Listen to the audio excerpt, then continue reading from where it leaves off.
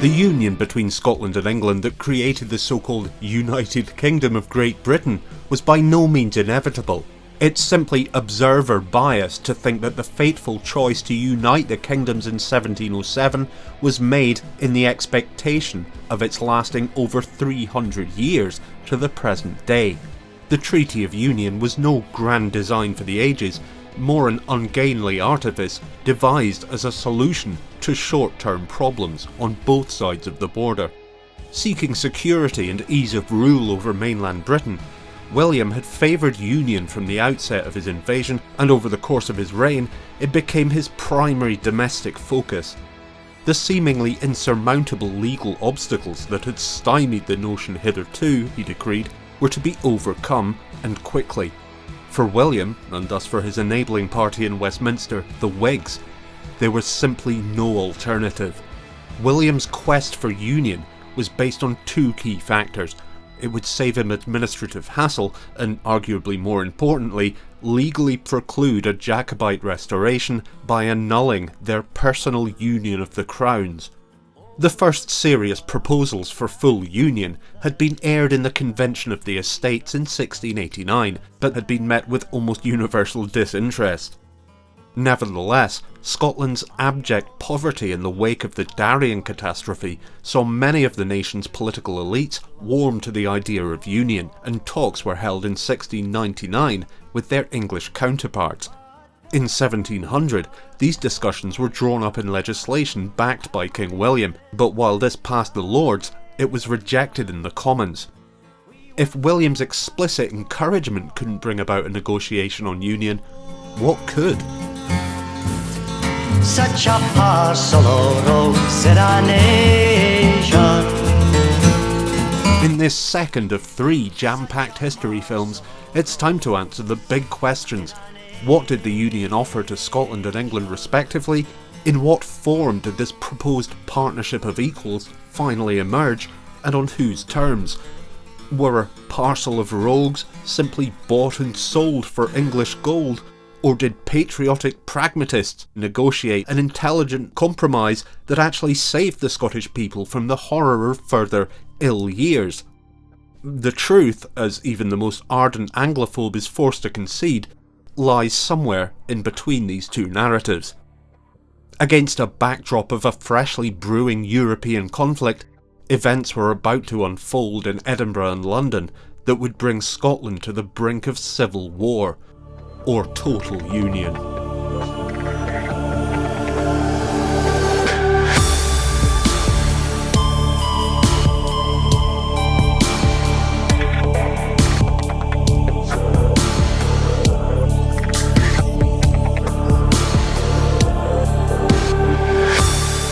While the seeds of modern parliamentary democracy had taken root in Britain and Europe, the question of monarchical succession remained the primary political concern to those in and out of power across the continent. In this new Augustan age of intellectual prolificacy, the concept of sovereignty, previously synonymous with the power of the monarch, was being unpacked into its constituent arms, such as the power to make laws, or the power to raise taxes, the power to determine state religion, and so on, with the prescient observation that it might not be a bad idea to formally separate these powers if a more stable, peaceful, and thus productive society were to be achieved. But conservative Catholic dynasties like the Habsburgs, Bourbons, and what remained of the Catholic Stuarts considered such ideas deeply unsettling. These supposedly divinely chosen despots would no sooner give up even a hair's breadth of their highly centralised power than admit that their communion wafer wasn't literally the body of Christ. Their obsession with legacy dragged the European monarchies of the nascent 18th century into further, ultimately ruinous conflict.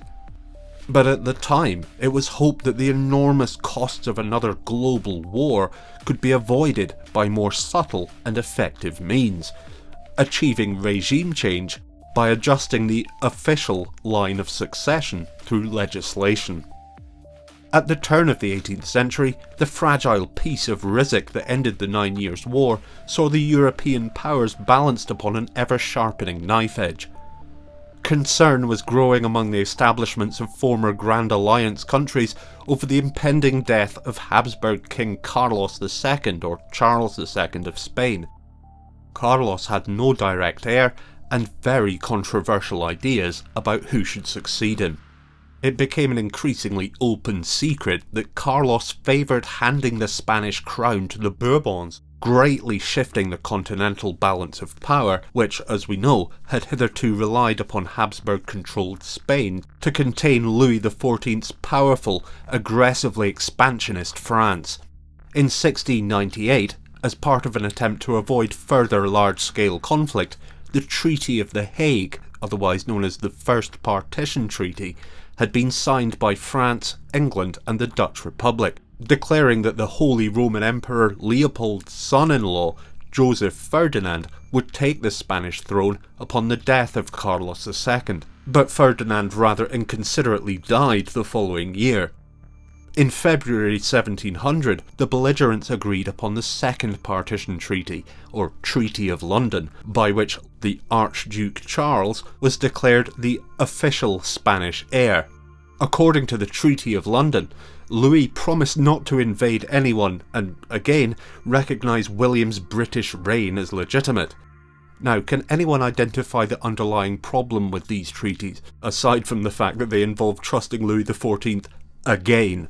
Yep, that's right, they didn't actually include Spain among the signatories, which made said agreements not just logistically unenforceable, but completely irrelevant. In April of 1700, Carlos II duly lit the fuse of the next major European conflict by making a will that formally entrusted his Spanish empire to the Bourbons, Philip of Anjou, grandson of Louis XIV and the son of Le Grand Dauphin, the Great Dolphin. But the implications of the Petit Dauphin ascending to the Spanish throne were no joke to the Grand Alliance. If Philip were to become King of Spain, Louis's Bourbon dynasty would wrest the country and its lucrative colonies from the Habsburgs.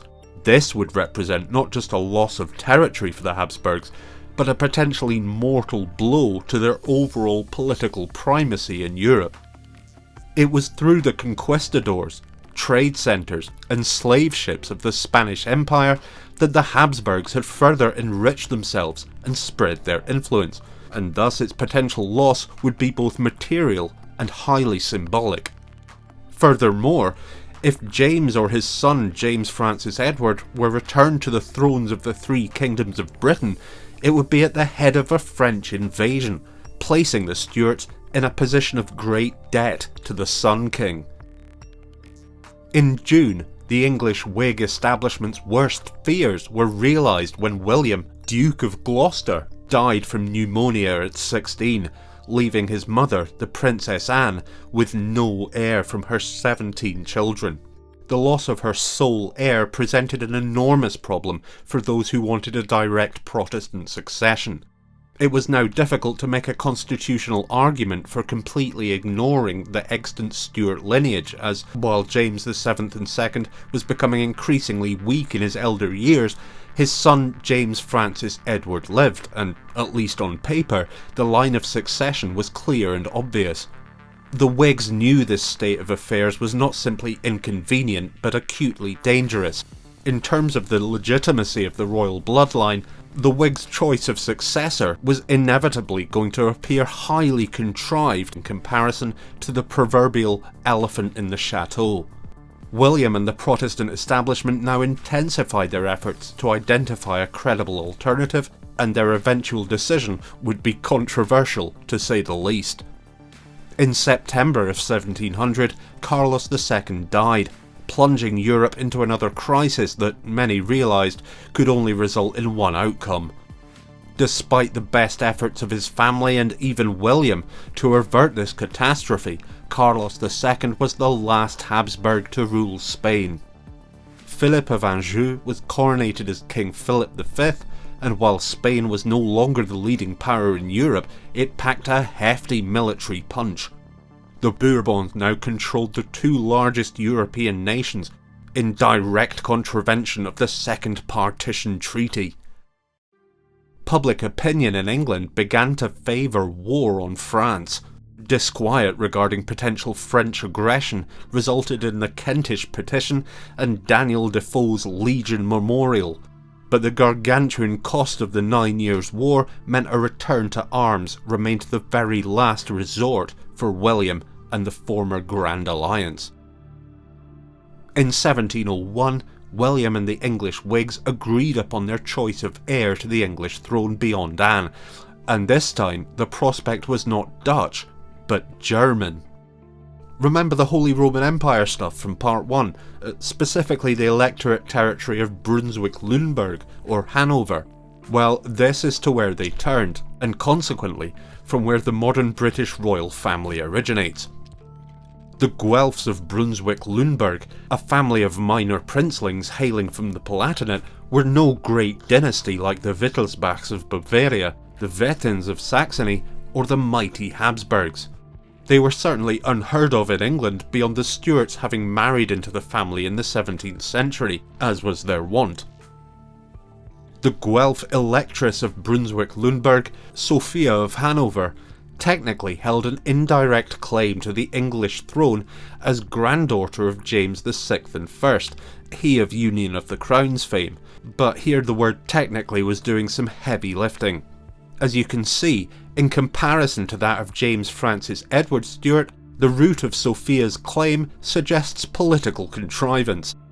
No less than 57 Catholic heirs were dismissed in favour of the Protestant Sophia, a statistic the Jacobites would brandish with relish. Sophia was known as the Winter Princess, in reference to her mother the Winter Queen's brief reign of the Palatinate that had lasted for only a winter. The Guelphs were very excited by their spectacular good luck in qualifying for the throne of what was becoming the fastest growing economy in Europe. What would become the British Empire had been rearmed and reformed by a Dutchman and would be ruled to its fruition by Germans. Despite its later claims of exceptionalism and its absurdly revisionist view of its own history, Britain has always been cosmopolitan in its culture, politics and government. In historical terms, the very creation of the United Kingdom was the product of a European Union, the Grand Alliance with the Dutch Republic and Germany. But surely the Whigs had a good reason for such a bizarre choice, right? Well, not really. Sophia was simply the least unpalatable of the options available if they wanted a Protestant heir to Anne. William's choice of successor was no doubt influenced by the Dutch establishment's preference for England to be ruled by one of the Dutch Republic's closest neighbours and allies, given the likelihood of a renewed war with France. Unlike Anne, Sophia had a healthy male heir in Georg Ludwig, which undoubtedly played a part in the decision. This fateful arrangement was formally announced in the Act of Settlement in June 1701, otherwise known as an Act for the Further Limitation of the Crown and Better Securing the Rights and Liberties of the Subject. The Act reflected the Commons' frustration with William's clandestine decision-making and the expenditure of such vast sums of public finances on conflicts that were increasingly seen as his, not England's, wars. The Act of Settlement pointedly decreed that no non-native monarch of England could declare war in defence of any dominions or territories which do not belong to the Crown of England, without the consent of Parliament. The perennial problem of special advisers or SPADs was tackled by demanding all business of state be conducted in the Privy Council, and to further isolate the legislature from the executive, declared that no one in receipt of a payment or benefits from the royal court was allowed to sit in the House of Commons. The Act stipulated that the judiciary, judges, should be appointed as long as they have behaved themselves in a manner befitting their position, which may seem like a rather low bar to legislate for, but this had certainly not been the case hitherto, with judges often dismissed on the whim of the monarch. Also, surprise surprise, it forbade Catholics from ever taking the English throne, insisting that any heir presumptive must be in communion with the Protestant Church of England. Expanding upon the 1689 Bill of Rights, The Act of Settlement furthered England's progression from a personal, autocratic reign as enjoyed by the Stuarts to a constitutional monarchy, where the king or queen was constrained and held to account by a greatly empowered parliament. Outside of London, the matter was anything but settled. The English Whig establishment had betrayed their casual disregard for the sovereignty of Scotland and Ireland by failing to consult or gain any kind of agreement with their parliaments on this monumental decision, and yes, you guessed it, this was no mere oversight, but a deliberate choice made in the same spirit as their unilateral decision to parachute William onto the thrones of the three kingdoms 13 years prior. There were plenty of Jacobites in attendance at the Scottish Parliament, which would delay, if not preclude, official approval, while Ireland could hardly be considered a target audience for such a patently anti-Catholic piece of legislation. The Act of Settlement was designed to ease the English Protestant fear of Scots forming the inkling of choosing their own successor to Anne. Just as before, the decision to exclude Scotland and Ireland from deliberations and impose the Act of Settlement upon them, under which they would be ruled by an obscure German dynasty that had no interest in them in any meaningful sense, was a recipe for renewed political insurrection in the Celtic nations. Despite the Whigs' best efforts in Edinburgh and London to sell the populace on their grand plan, the arrogance and intimidation tactics at play here were nothing less than inflammatory to those already aggrieved by the ill years of William's reign in Scotland.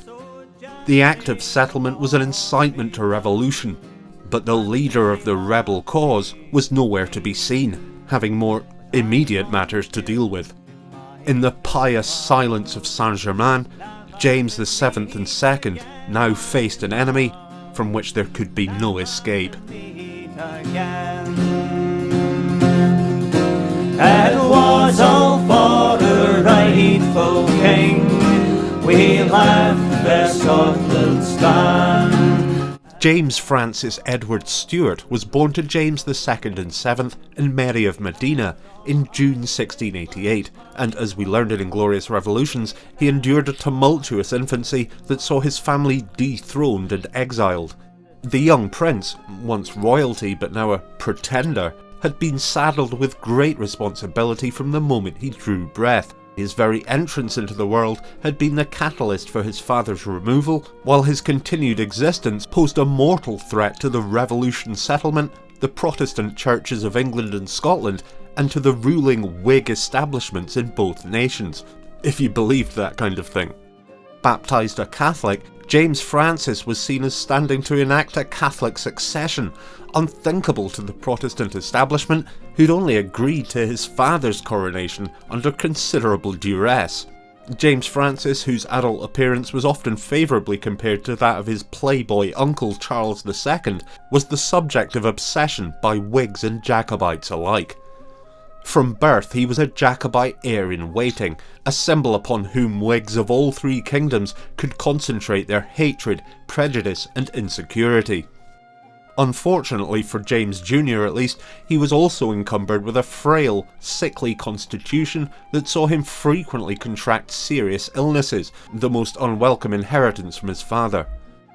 James Francis Edward's childhood was one of solemn duty and almost comically strict piety. His father told him that he himself had been chosen by God to rule England, and that this honour would soon fall to James Francis. No pressure then. This was a challenging enigma for a young boy to solve. If he and his father were truly God's pick, why were they in exile? Why did his father's subjects so vehemently reject the very idea of this divine selection? And why were they having to live on the charity of their subject's mortal enemy? It couldn't have made much sense. As we saw in part 1, James II and VII's court at Saint-Germain wasn't exactly party central, and the young James Francis was certainly left in no doubt as to his grave responsibilities as Jacobite heir. There was less emphasis on James Francis himself than the role he was expected to play in future. Among other concerns, his father was determined to make up for his youthful, indulgences with the fairer sex by observing strict piety and abstention from earthly pleasures of any kind. No muddy boots or tree climbing for James Francis. Recreation was out, and prayer, prostration and study of dusty scripture were the order of the day. The prince was not allowed to leave the palace without an escort, or even to dress or undress himself. No one was permitted to have a private conversation with him, and he could receive no gifts or presents. This may seem pretty harsh, but Saint-Germain was no fortress, and sizable rewards awaited any potential assassin. James II and VII had prepared James Francis for the throne from an early age with good reason. The ageing Jacobite figurehead was in increasingly poor health. By 1701, many in Saint-Germain realised their sovereign was probably not long for this world. In March, he suffered a stroke-like seizure that caused temporary paralysis on his right side. Louis XIV promptly sent his personal physician Fagon to diagnose James, and the doctor recommended the Stuart might benefit from a visit to Bourbon, Louis's royal retreat, where sacred thermal springs were said to produce blessed healing waters, a claim taken so seriously that French generals would often partake of them before battle. The royal party set out from Saint-Germain in May of 1701 on the 40-mile journey to Bourbon, a central French district now known as the Département of Allier. The progress was relaxed, with numerous civic receptions and religious performances along the way, including at Chaillot, Mary of Modène's favourite retreat.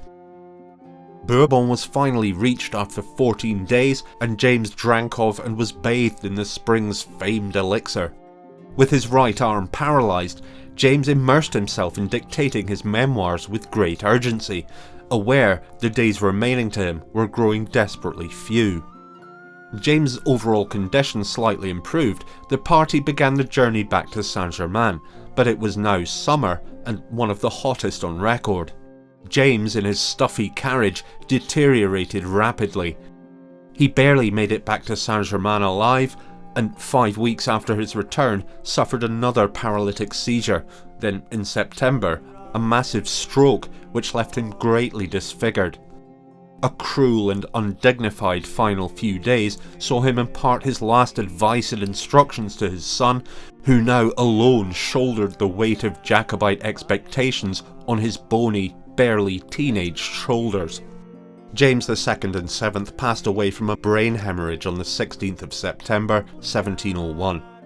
Among his final visitors was Louis XIV, who made an astonishing speech to James's court that, while applauded for its compassion, would have dire consequences for the peace and balance of power in Europe. Louis rather stole the spotlight.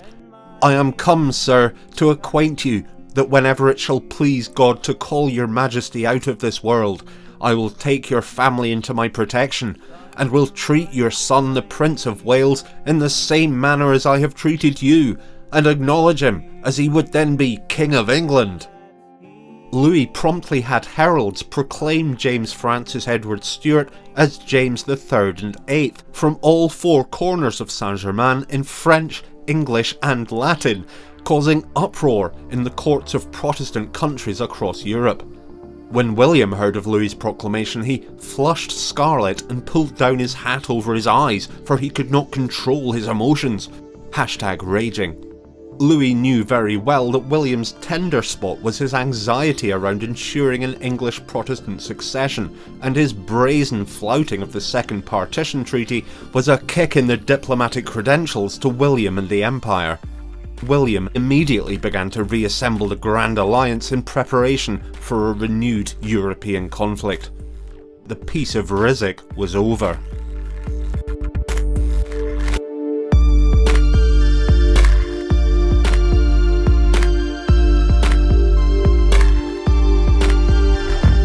Although William was incandescent with rage at Louis's shameless volte-face, he managed to swallow it long enough to give a suitably sombre, and some would say utterly hypocritical, public appearance acknowledging his late father-in-law James' passing, donning purple in mourning and having 5 of his coaches painted black in a display of respect for his hapless predecessor, which must have caused many a raised eyebrow among observers. With this ignoble performance out of the way, William immediately had a pamphlet drawn up to debunk James France's claim of right and began legislating what would become the Abjuration Act, which demanded that all of his subjects renounce James III and VIII and labelled his barely buried father-in-law a treasonous popish traitor who had renounced his claim to the throne by choosing exile in France. I bet he hadn't mentioned that in the eulogy. Henceforth, those who submitted to the Abjuration Act were informally referred to as jurors, and those who didn't, non-jurors. These were not demarcated along party lines. For example, there were many Protestant non-jurors, those who supported the broad aims of the revolution settlement, but couldn't stomach the arbitrary removal of the rightful king for a foreign usurper. This made them Jacobite compounders, or those willing to compromise. But the foreign usurper was about to be himself usurped. William's arrival had been swift, his reign short but momentous, and as fate would have it, his departure was to be just as sudden. No sooner had Parliament begun debating the Abjuration Act than an accident occurred so bizarre it would have had Nostradamus calling BS. In a field near London, a mute, black-clad assassin prepared King Billy's demise. On the morning of February the 20th, 1702, William visited the royal estate at Hampton Park to ride his new horse, Sorrel, who had been confiscated from none other than the late Jacobite Sir John Fenwick of 1696 failed assassination plot fame. Settling into the saddle, William G'd the horse into a canter and looked out across the breadth of Hampton Park, the morning mist clinging to the rolling landscape. Sorrel's run, however, brought his hoof into contact with a fatefully positioned molehill, and the animal sank to its knees to retain its balance, throwing the king forward from the saddle. William landed awkwardly and broke his collarbone. This would be a minor injury to a healthy youngster, but life-threatening to an individual in William's asthmatic, debilitated condition. The bone was set, but on the bumpy coach ride back to Kensington it dislodged and had to be set again. Once treated, he was prescribed rest to allow the bone to heal. However, on the 4th of March, the Prince of Orange fell asleep by an open window, which resulted in his catching pneumonia. The Dutchman deteriorated rapidly, and by the 6th of March it was clear the end was near. "You know that I never feared death," he told his physicians. "There have been times when I should have wished it. But now that this great prospect is opening before me, I do wish to stay a little longer. I know that you have done all that skill and learning could do for me, but the case is beyond your art, and I submit." By the 8th of March 1702, William III and II was dead. So was the reign of the great military commander, defender of the faith and leader of the mighty European Grand Alliance, brought to an end. Not by Jacobite assassin, not by French cannon, but by an individual Jacobites gleefully referred to henceforth as the little gentleman in black velvet. In retrospect, the legacy of William and Mary's reign was monumental, and many of the legal precedents and constitutional principles established during this period have survived in British statute to the present day. Despite his costly wars, cynical politics, murderous henchmen, and general disinterest towards his British subjects, William III and II has been described by one historian as one of the ablest men who ever ruled Britain, and while that's arguably a pretty low bar, the fundamental changes made under William's reign made it possible for England to compete against powerful rivals on the global stage. It's certainly arguable that, but for William, the rise of the British Empire would not have occurred at the pace and scale that it did over the 18th century.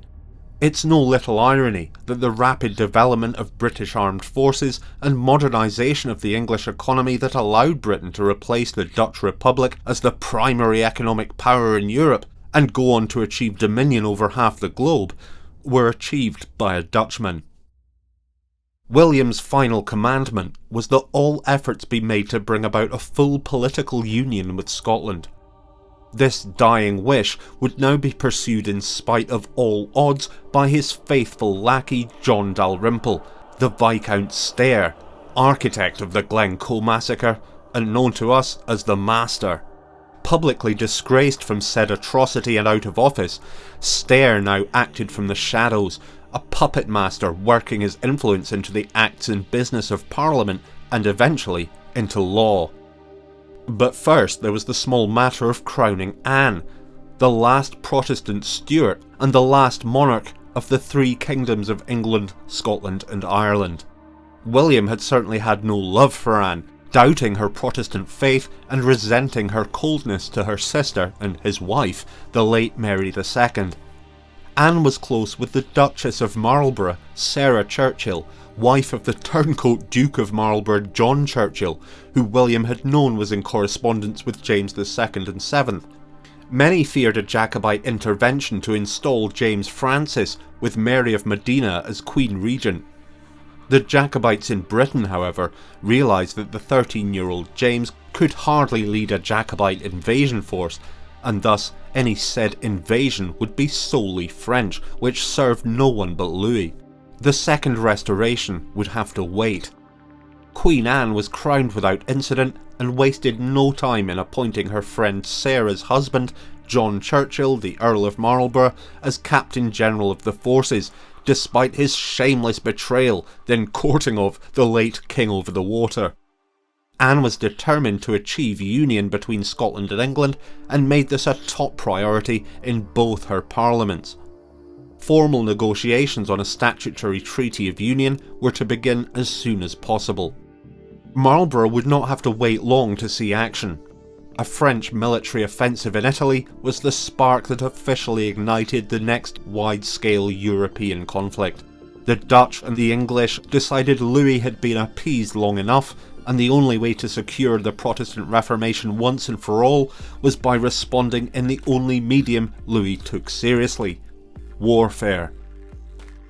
The Declaration of Arms came in May 1702, as the Grand Alliance was reforged to take on Louis's legions in what would come to be known as the War of the Spanish Succession.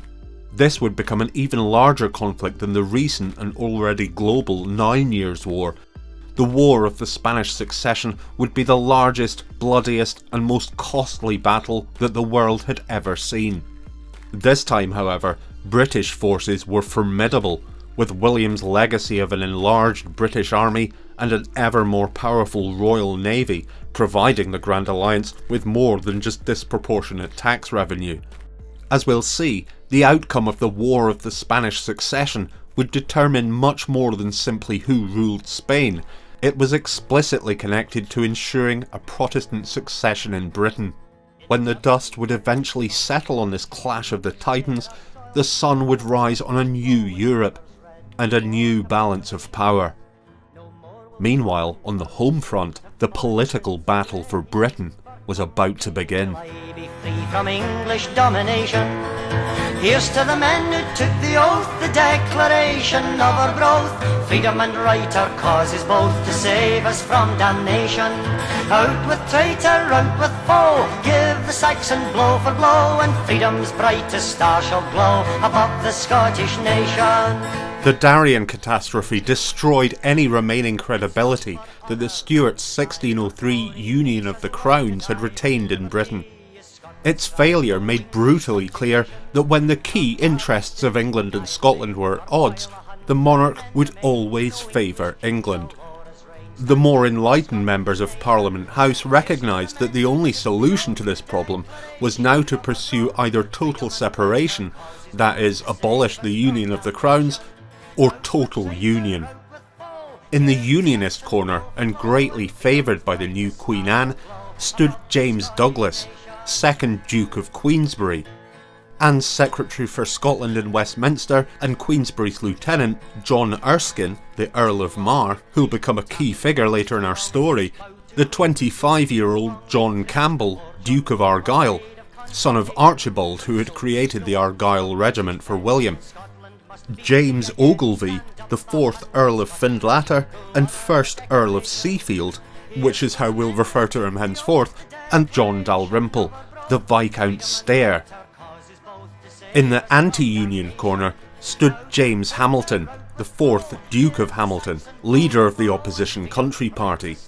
Tweeddale, Tarbert, who we met in Knives in the Dark, the Earl of Roxburgh, the Tory blowhard Lord Belhaven, James Johnston, Earl of Annandale, who had masterminded Stair's downfall in Cruel as the Snow, the directors of the Company of Scotland, the Church of Scotland, prominent author and polemicist, Andrew Fletcher of Salton, who favoured a proverbial third way, a federal union, and crucially the majority of the Scots population.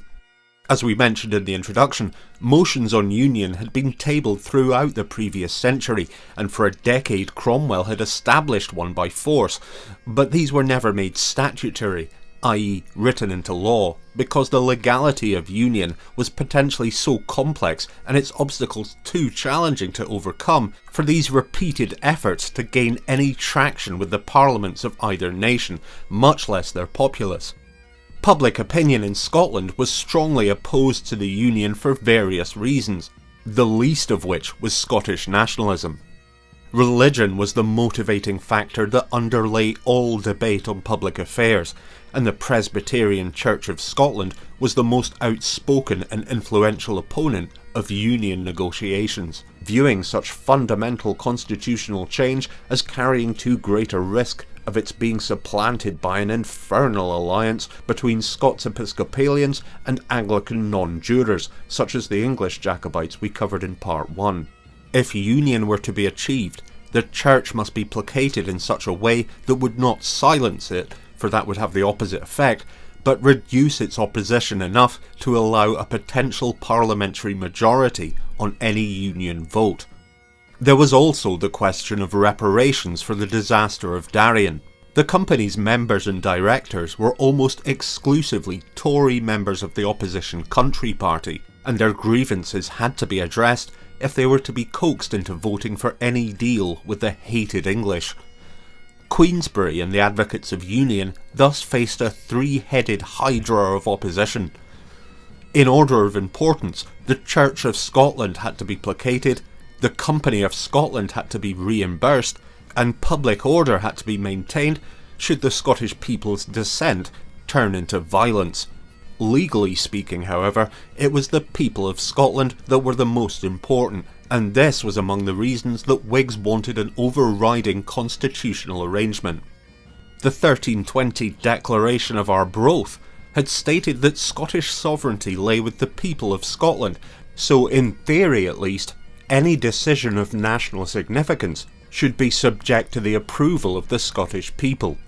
This principle was at the root of Scottish opposition to union. Few outside of Westminster and Parliament House actually wanted it.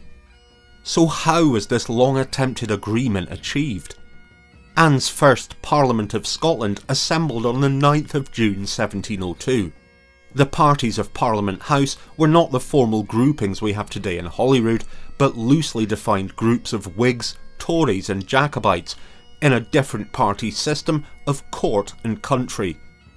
Their members were not whipped, that is, there was no official party enforcement mechanism that compelled them to vote upon legislation in a particular way, while members would often switch parties as their interests required, which made the Scottish Parliament volatile and highly unpredictable in the law that it produced.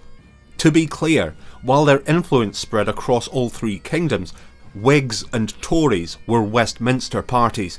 The Scots Parliament in Parliament House had a party structure of its own. Now, for politics nerds, the Parliament of Scotland was a unicameral legislature of 227 members, comprising 75 nobles, 2 officers of state, 83 commissioners for shires, larger rural areas, and 67 commissioners for boroughs, that is, smaller urban areas. Unicameral means a single debating hall. There were no separate Houses of Lords and Commons as in the bicameral Westminster Parliament. The nobles and elected MPs sat in the same chamber, which, theoretically at least, meant legislation could be tabled, debated and voted upon faster than its counterpart in Whitehall. Now, to understand how this arrangement actually worked, we need to introduce the parliamentary principle of confidence and supply. In this game, the goal is to secure a reliable majority of parliamentary votes on key decisions. Sounds simple, right? However, in a maelstrom like Parliament House, this was very difficult to achieve. Thus, bargains were struck between groupings where the ruling party would seek confidence of potential opponents through offering them favourable policy concessions in return for the promise to supply the government with their vote on key decisions. If confidence was hard to come by, the supply could be acquired in other ways. It was not uncommon, for example, for ministers to take the less formal recourse of straight-up bribery. The Scottish parliamentary groupings consisted of the ruling court party of Queensberry, the Duke of Argyll and other leading Whigs, and they were ruling because they were the King or Queen's government, hence the court appellation. The traditional opponents were the country party, which included Tories, Whig dissenters, Protestant non-jurors and some closet compounder Jacobites, all opposed to the status quo in distinct and often opposing ways. The country party was led by the enigmatic and perpetually underwhelming Duke of Hamilton, a charismatic, popular public figure of the time whose actions and supposed interests often seem wholly contradictory. The country party was inherently unstable and incohesive because its members' differing interests often conflicted with each other's, which, combined with Hamilton's vacillating leadership, meant the opposition was doomed to fighting itself rather than providing a meaningful opposition to the government. Mainly Presbyterian, the thing the country party members agreed on was their general support for the Revolution settlement that had established the primacy of the Presbyterian Church over Episcopalian worship. But Hamilton was no fan of William, Mary and now Anne's reign, while Tweeddale had ambitions of his own. The Duke of Hamilton is indeed a perplexing figure, a so-called leader of the opposition who, as we'll see, greatly influenced and expedited the process of union with his startlingly inept contributions to the battle against the dreaded incorporating union. Carrying royal blood and a secret claimant to the throne himself, Hamilton greatly resented Anne and her Whig enablers, none more so than the Duke of Queensberry. He and James Douglas had feuded bitterly over the Darien debacle, and this mutual hostility would carry over into the Union debate. Finally, there was the Cavalier Party, which, as we learned in Part 1, comprised Jacobite non-compounders, the hardline supporters of James III and VIII. The Cavaliers, while a distinct minority, were just noisy enough to cause some serious headaches for the government when they voted with the country party. Queen Anne restored the Order of the Thistle in 1703, creating new titles for prominent advocates of union that saw many new acolytes rise to membership of the Convention of the Estates. Now the one that stands out here is the brand new Earldom of Stair because, yep, you guessed it, the dastardly villain of Glencoe, enemy of the Gaeltacht and the Jacobites, a proven liar, manipulator and engineer of attempted genocide, was rewarded with a new title. Thanks to Anne, and most likely a good word from his old boss William of Orange, John Dalrymple emerged from the shadows to once again wield his dark arts in an official capacity. His almost fanatical desire for union was well known, and this did not bode well for his opponents. Arguably the most balanced figure in the fray was Seafield, the consummate civil servant who served a variety of masters across the political spectrum with diligence and efficiency. Many of his countrymen considered him a traitor, but he gave as good as he got when dealing with English arrogance. He favoured union, if somewhat less enthusiastically, than Stair or Queensberry. Without the moderating diplomacy of Seafield, the Act of Union would likely have taken far longer to negotiate. Negotiations on union were held between the Scottish and English commissioners in the council chamber in the Cockpit at Whitehall over late 1702 and into early 1703. Preliminary agreement was reached on several of the key issues. There would be free trade between Scotland, England and the colonies. The hated and repressive Navigation Acts would be repealed, and Scottish tax rates would be brought into parity with those of England. It was agreed that no taxes on Scots should go towards England's enormous pre-Union war debts, the legacy of William's 9 Years' War, and that Scotland should be given time to reap the benefits of free trade before its tax rate was raised in line with England's. However, what the commissions could not reach agreement on was the continued existence of the Company of Scotland. Its directors wanted the company to continue alongside the English East India Company, but the English Commission questioned the wisdom of having two such companies in one kingdom, because it would undermine trade. This is certainly a cogent argument, but so is the fact that the English East India Company despised their Scottish counterpart and would vote against any union agreement that allowed the Scots Company to continue trading and thus threaten the English East India Company's gargantuan profits. This issue and general English disinterest meant talks eventually broke down later in 1703, but in historical terms they had been extremely productive. Agreement had been reached on several key areas of negotiation, and the remaining areas of disagreement were now clear. Defanging the hydra of opposition, the Church of Scotland, the Company of Scotland plc and the Scottish public now consumed the attention of every unionist in Scotland. In order to eliminate these opposition elements, the terms on offer had to be significantly improved. But how?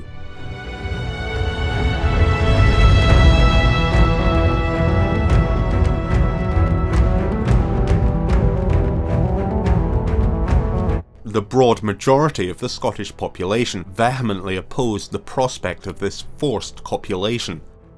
Rioting was not uncommon in Glasgow, a city that ironically stood to greatly benefit financially from the free trade of union, as well as in Edinburgh. The politicians' daily procession up the Royal Mile to Parliament House was regularly accosted by angry mobs who, it's probably fair to say, hadn't showed up to debate the finer points of constitutional law. This resentment made its way into Parliament, where the opposition, gathering around Tweeddale and the company, was determined to make its voice heard. Step forward Andrew Fletcher of Salton. Andrew Fletcher had spent most of his life on the continent, and it showed. He was a radical political thinker, a Republican, and favoured a federal union, in which Scotland would retain a high degree of autonomy over its own affairs. An intuitive economic thinker, he perceived the growth of mercantilism and the power of entities like the English East India Company challenging the traditional territorial power structure of kings and kingdoms. He saw that England needed Scottish troops for the War of the Spanish Succession and its acquiescence to union in order to secure a Protestant succession, so Scotland should be able to command a very high price for its agreement. He encouraged the Scottish Parliament to play hardball with Westminster, and a large proportion were very much influenced by his words.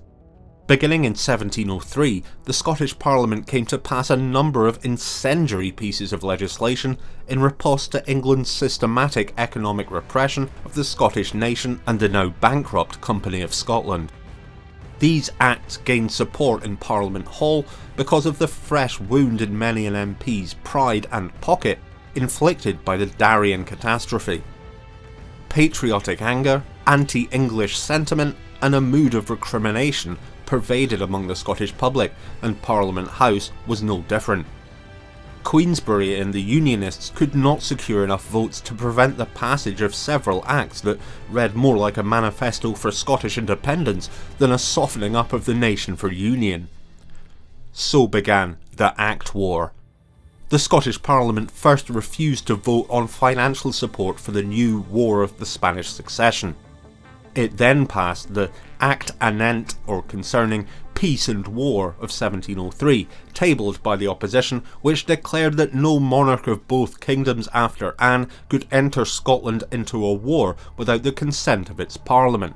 Despite this essentially amounting to a wholly independent Scottish foreign policy, Queensberry and the court party allowed it to pass in a vain attempt to extract compensation for such powers. In 1703 there had emerged what was known as the Scots Plot, another conspiracy between the Jacobites in France and London to land James Francis Edward Stuart in Scotland with an Irish and French invasion force. Now, to cut a long story short, This plot was theatrically exposed by Queensberry, despite his having no real evidence to prove it, and his public humiliation over the affair led to his resignation and the court party losing power in March 1704. They were supplanted by the new party, led by Tweeddale, Roxburgh, and including the likes of James Johnston, the architect of Stair's downfall following Glencoe. Comprising around 24 members, this centrist group were, in the words of one historian, lightweight men with lightweight policies and ideals, leading to their soon acquiring the sarcastic nickname of Squadron Volant, the Flying Squad, in reference to their freely crossing party lines to suit their interests.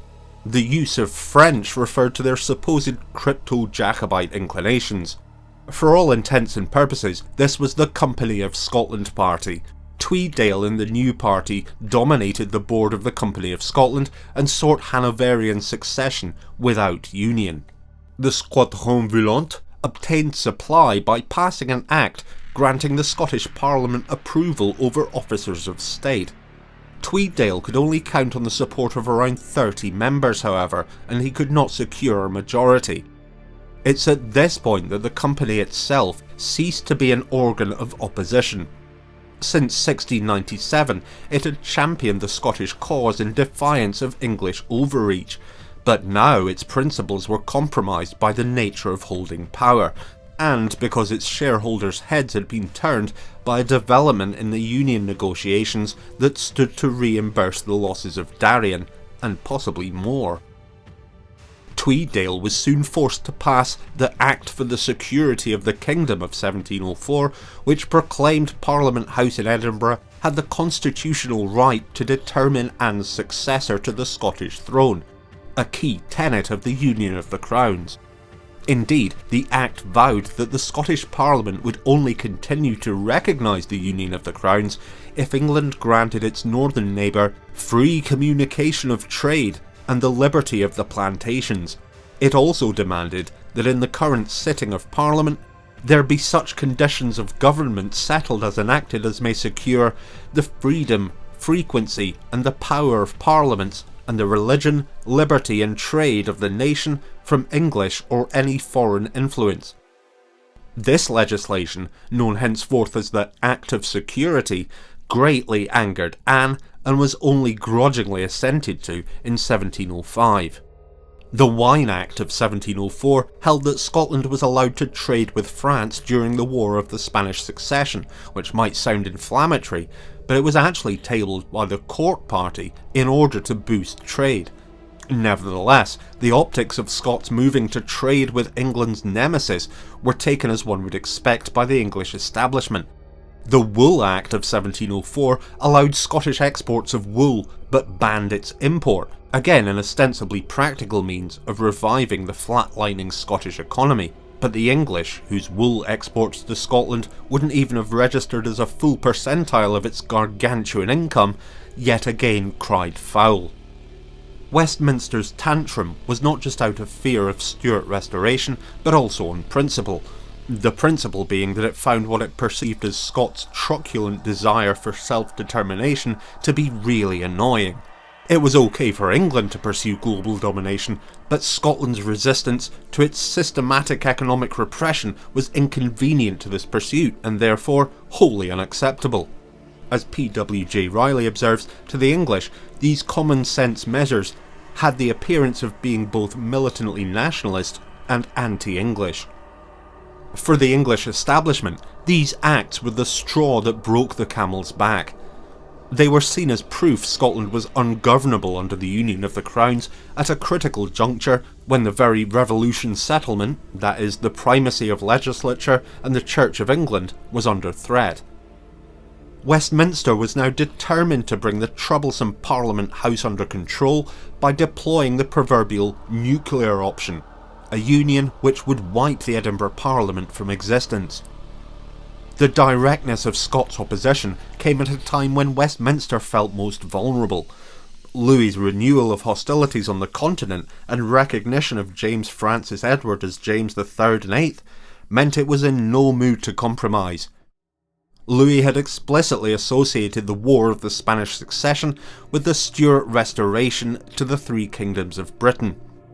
In its early stages, the outcome of the war was far from certain, and it wasn't until Marlborough's victory at the Battle of Blenheim that the concept of French invincibility was finally broken. The Jacobites had done well in the 1703 Scottish Parliament elections and had gained wider support due to the unpopularity of Queensberry's court party and the apparent likelihood of Franco-Jacobite invasion. The situation convinced Sidney, Lord Godolphin, Queen Anne's High Treasurer, and her Captain General of the Forces, the aforementioned Marlborough, to favour the quote, Union solution to the quote, Scottish problem. Marlborough was particularly concerned to ensure the flow of Scottish infantrymen who formed much of his crack troops. This could only be guaranteed by annexing Scotland. While the commissions in London and Edinburgh set to work dividing their strategies for a new round of negotiations between the two kingdoms, Scotland's capital was a powder keg of public unrest. The population was consumed with rage and defiance at the prospect of becoming an English annex. Everyone knew what had happened to Wales and Ireland under an English annexation after all, and the shadow of Darien loomed large in the collective consciousness. Could the Squadron Volante keep the powder from the spark?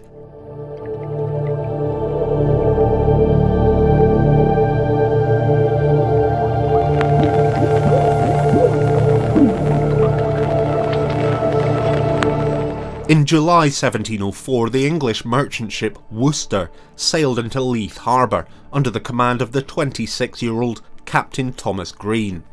Green had dropped anchor with the intention of repairing the Worcester's leaking hull, and then waiting for a southbound convoy to join, as the North Sea was too dangerous to traverse alone due to the presence of French privateers. As it turned out, however, he would probably have faced better odds with the French. Green would likely have been aware of the resentment between Scotland and England at the time, but what he did not know was that the Scots had been further incensed by the English East India Company seizing the Annandale, a merchant ship acting for the Company of Scotland. To the Edinburgh populace, the mere sight of an English vessel in Leith was like a red rag to a bull.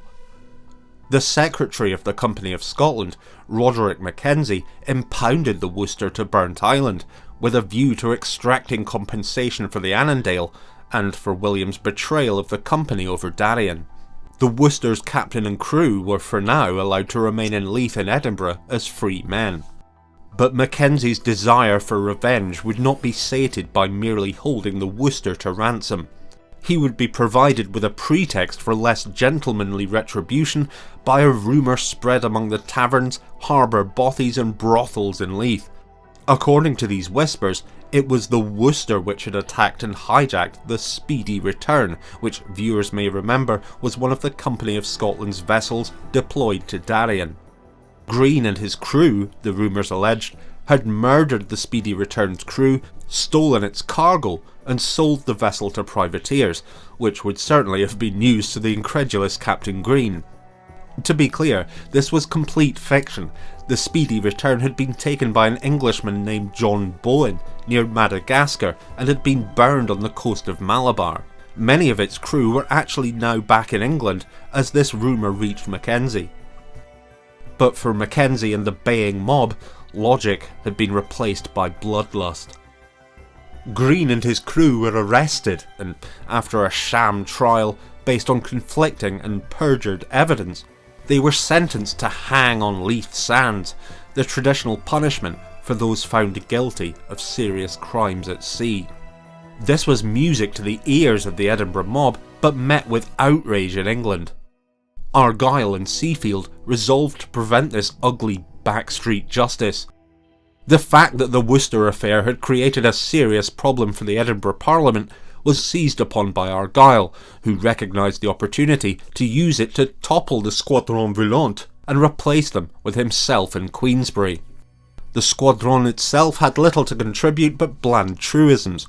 Johnston wrote from London, "This business of Green is the devil and all. It has spoiled all business." The perceptive Bailey of Jerviswood saw the potential for disaster if England now interfered. If the Queen shall grant them remissions, it will spoil the business of Parliament, and I am afraid will so exasperate the nation as may render it difficult to join with England on any terms whatsoever. Exasperate was putting it mildly. Westminster's response came in February of 1705 with an Act for the effectual securing the Kingdom of England from the apparent dangers that may arise from several acts lately passed in the Parliament of Scotland, otherwise known as the Aliens Act. This decreed that Scots in England or elsewhere in the Empire were to be treated as aliens, that is, foreign nationals, and their property to be designated as foreign owned. It prohibited the sale of horses, weapons and ammunition to Scotland, and declared an embargo on Scottish exports of any kind to England and its colonies, which represented roughly half of Scotland's external trade. The Aliens Act included the provision that such measures could be avoided should, you guessed it, the Scottish Parliament willingly enter into negotiations with its Westminster counterpart regarding full and total union, or, far more unlikely, reached agreement regarding an successor before December the 25th of 1705. The Scottish Parliament flatly refused this open blackmail and responded by demanding that the Act be repealed before any negotiations could take place. But the writing was on the wall. There would have to be some kind of new deal with Westminster if Scotland's economy was to recover. The level-headed Seafield knew that the charges against Captain Green were almost certainly malicious invention, and called a meeting of the Privy Council on the 10th of April 1705, the day before the executions were about to begin. Many key figures found convenient excuses for their absence. Tweeddale was busy, Roxburgh had sprained his ankle, and Ormiston, the Lord Justice Clerk, claimed his son had borrowed all of his horses. That old chestnut. Of the 30-strong Privy Council, only 11 found within themselves the moral fortitude to brave the journey up the Royal Mile to Parliament House. To cries of "no reprieve" from the hostile crowd outside the doors of Parliament, 11 deeply frightened men met for what was ultimately no more than a perfunctory discussion at which it was agreed, as Seafield later wrote, that there was no possibility of preserving the public peace without allowing some that were thought most guilty to be executed. Thought most guilty? This was simply mob justice with an official stamp of approval, trial by public opinion, judiciary murder. Neutral observers were appalled and incensed at the Squadron Volant's dereliction of its moral duty. Gotta hand it to Cicero, in times of war, the law does indeed seem to fall silent. Wretched and grossly unfair as the decision was, we have to be realistic here. It was the only option that would allow the attendees to escape the Parliament alive. Captain Robertson of the City Guard claimed that 80,000 armed rioters were in attendance for the decision. Surely a wild exaggeration, given that Edinburgh's total population was only around 30,000 at the time, but it's safe to say that there was significant armed resistance outside the Parliament in numbers beyond the ability of the City Guard to control. To paraphrase one historian, if Seafield had declared a reprieve that day, the assembled armed rioters would have quite literally torn him apart. Seafield announced the decision to the greatly receptive crowd who cheered, but you can't please everyone all of the time, and some claimed this was a diversionary trick. Seafield was soon surrounded by the mob upon leaving Parliament House. Staying calm and not engaging was his only option of surviving this encounter. Maintaining his neutral persona and walking slowly to his coach, he escaped the throng unharmed, if likely a little pale.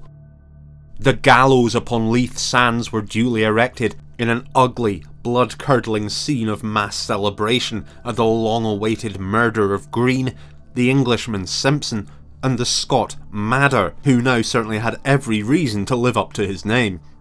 The assembled crowd was so large that one might have walked on their heads from Edinburgh, huzzaed, in triumph as it were, and insulted with the sharpest and most bitter invectives.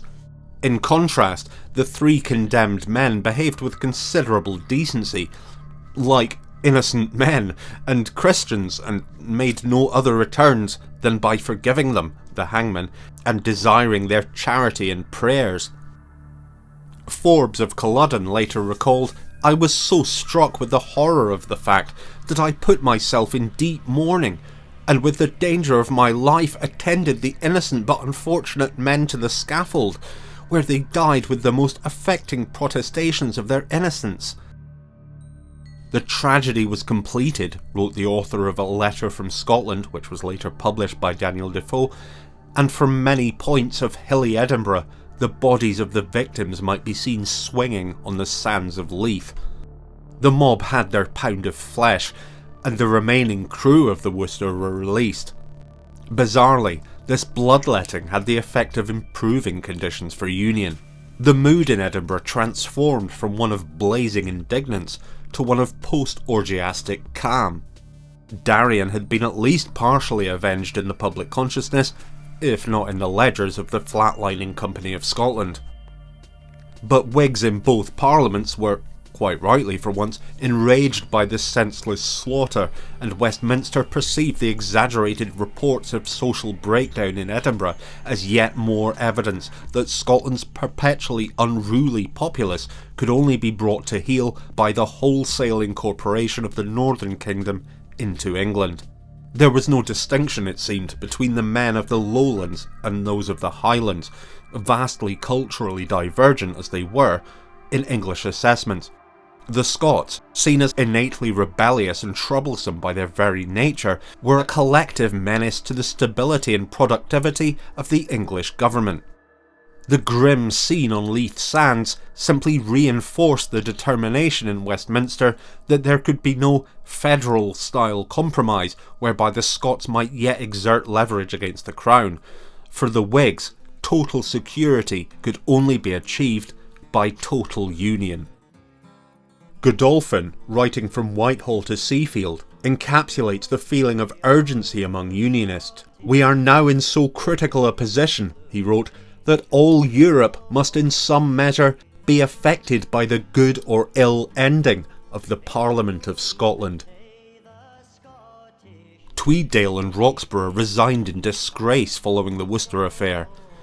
Argyll perceived the time was right to supplant the feeble, ineffective leadership of the Squadron Volant with more reliable hands, and he himself returned from the continental battlefield to lead the squabbling Parliament Hall into Union.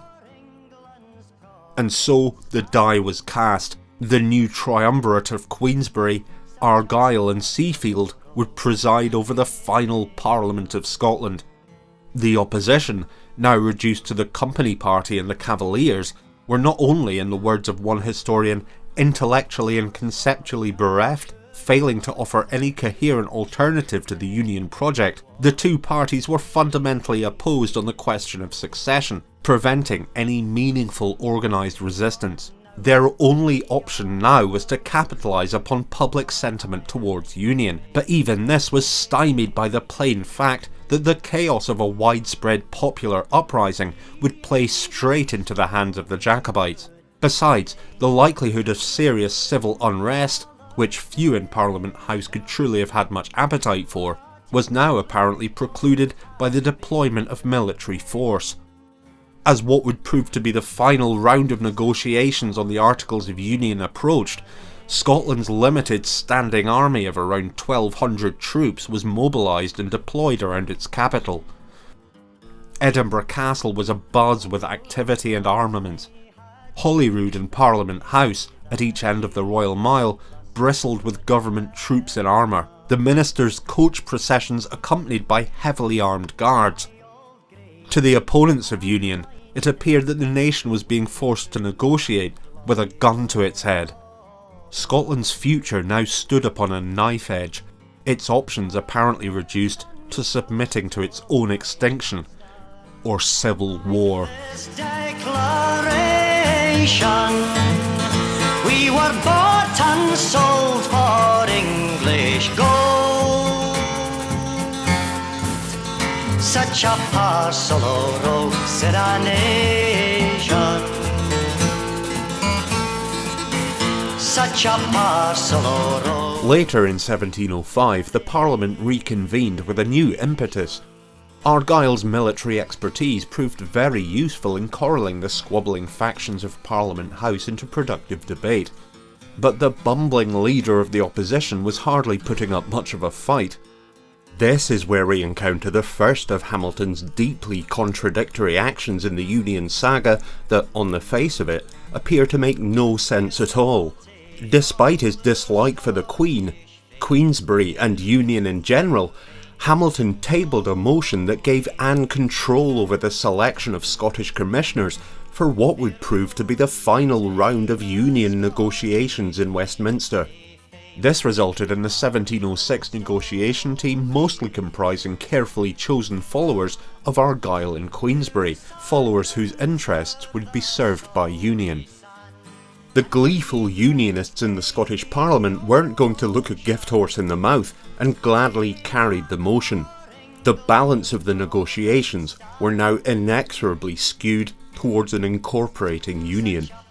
The sole voice of opposition in the Scots Commission would be George Lockhart of Carnwath, a Jacobite sympathiser likely included as a token dissenter in order to give some appearance of balance to a negotiating team that would hold the fate of Scottish sovereignty in its hands. What possible explanation is there for Hamilton's decision to let Anne appoint the commissioners? Well, the evidence, while circumstantial, may shed some light on his potential motivations.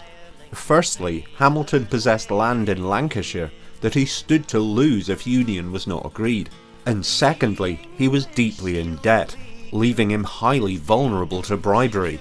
While there's no evidence Hamilton was directly involved in political corruption as a result of his financial vulnerability, nor is there any evidence that he wasn't. We don't have to be adversaries. Hamilton? We both want a fair union contract. Why has Mr. Argyle been so nice to me? I mean, if I should slip something into your pocket, what's the harm? Oh my god, he is coming on to me. On the 16th of April 1705, the Queen's Commissioners met again in Whitehall and promptly hammered out 25 articles of the Treaty of Union by the 7th of July. Scotland would retain its own judiciary, its Privy Council and its poor laws. It would be granted free trade with England and her colonies, with all the enormous financial benefits this would bring. It would enjoy the protection of the Royal Navy upon the seas, and its entrepreneurs could join the great colonial enterprise without the risk of another Darien. According to Article 1, the two kingdoms would become the United Kingdom of Great Britain. Article 2 declared that Scotland accepted the Hanoverian succession. Article 3 concerned the merging of the Scottish Parliament into Westminster to form a single British Parliament. Article 4 declared a free trade zone between England, Scotland and the colonies. This one was a biggie. Free trade meant growth, and only 19 Scottish politicians voted against it.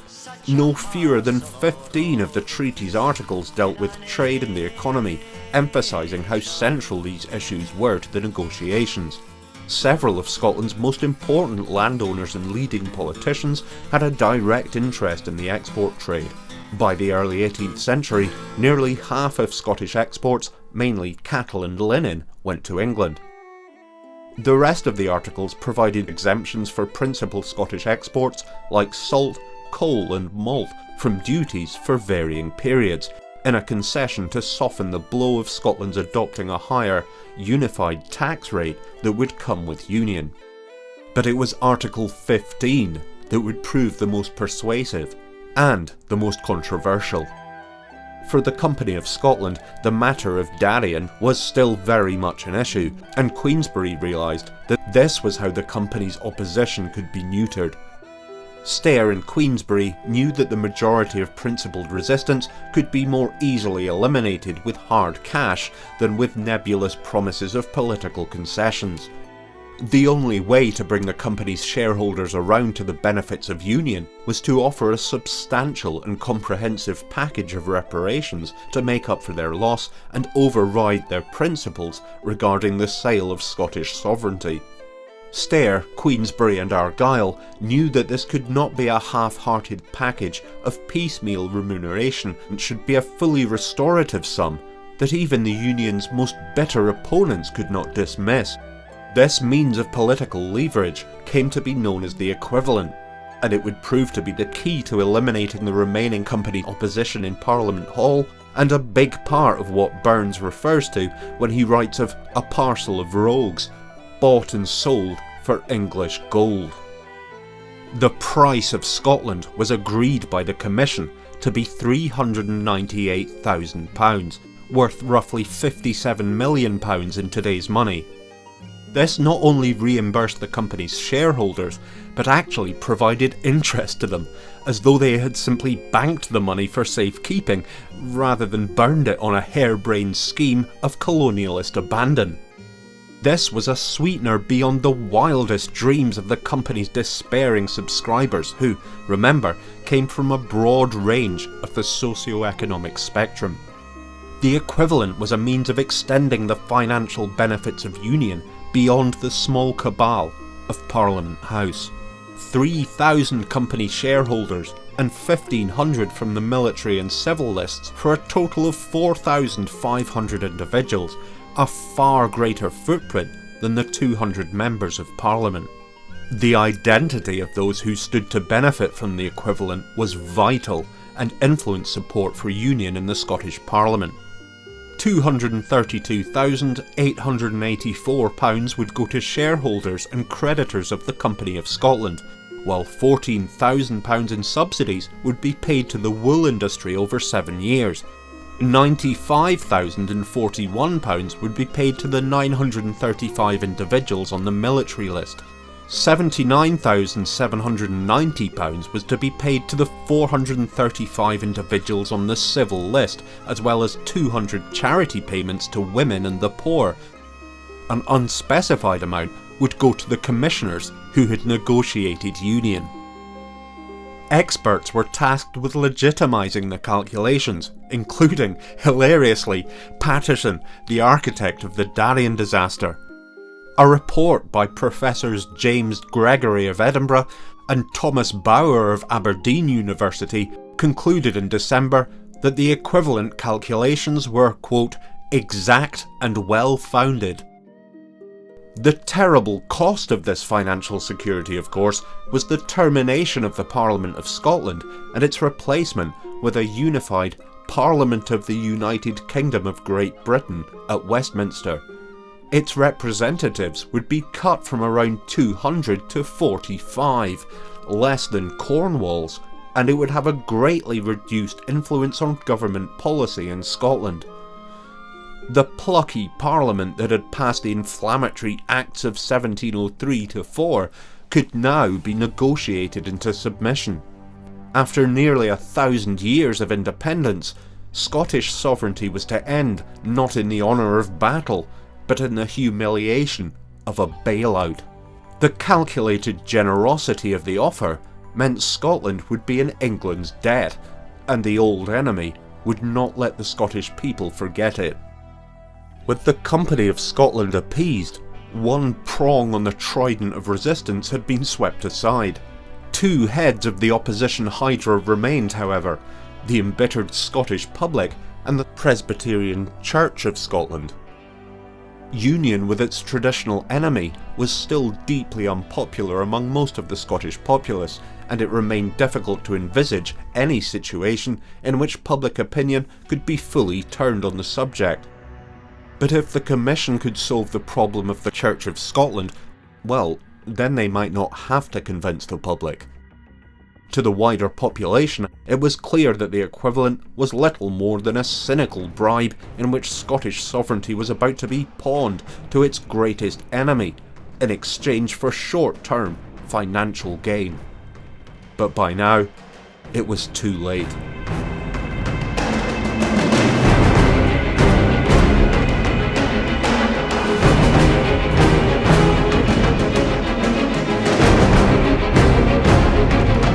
The final session of the Parliament of Scotland convened on the 3rd of October 1706.